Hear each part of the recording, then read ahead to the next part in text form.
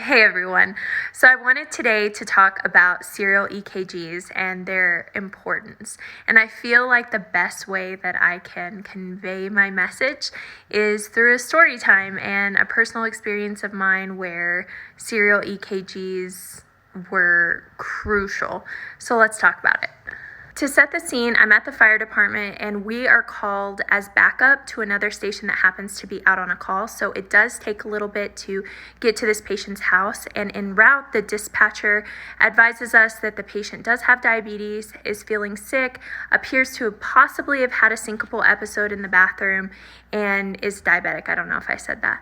So we arrive on scene and the patient is found in the bathroom. He's fully clothed, but it appears like he has been in the shower. He is that drenched in sweat. So we get a BGL. It's completely normal. He says he's eaten.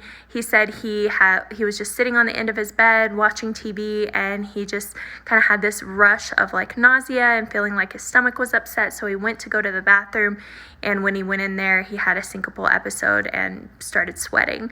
So at this point, my partners and I are thinking more along the lines of a possible cardiac event. So we get him loaded up into the ambulance and get our first 12 lead.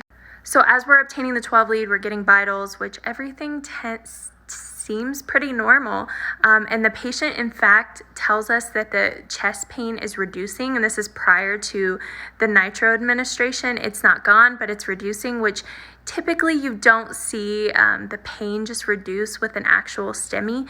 So anyway, this is the very first 12 lead that we get. And to be perfectly honest with you, I'm no pro in cardiology, but I took a look at that, and the weirdest thing I thought about it was just that V4, V5, V6, and maybe even a little bit of V3, the T wave or just something about it looked strange.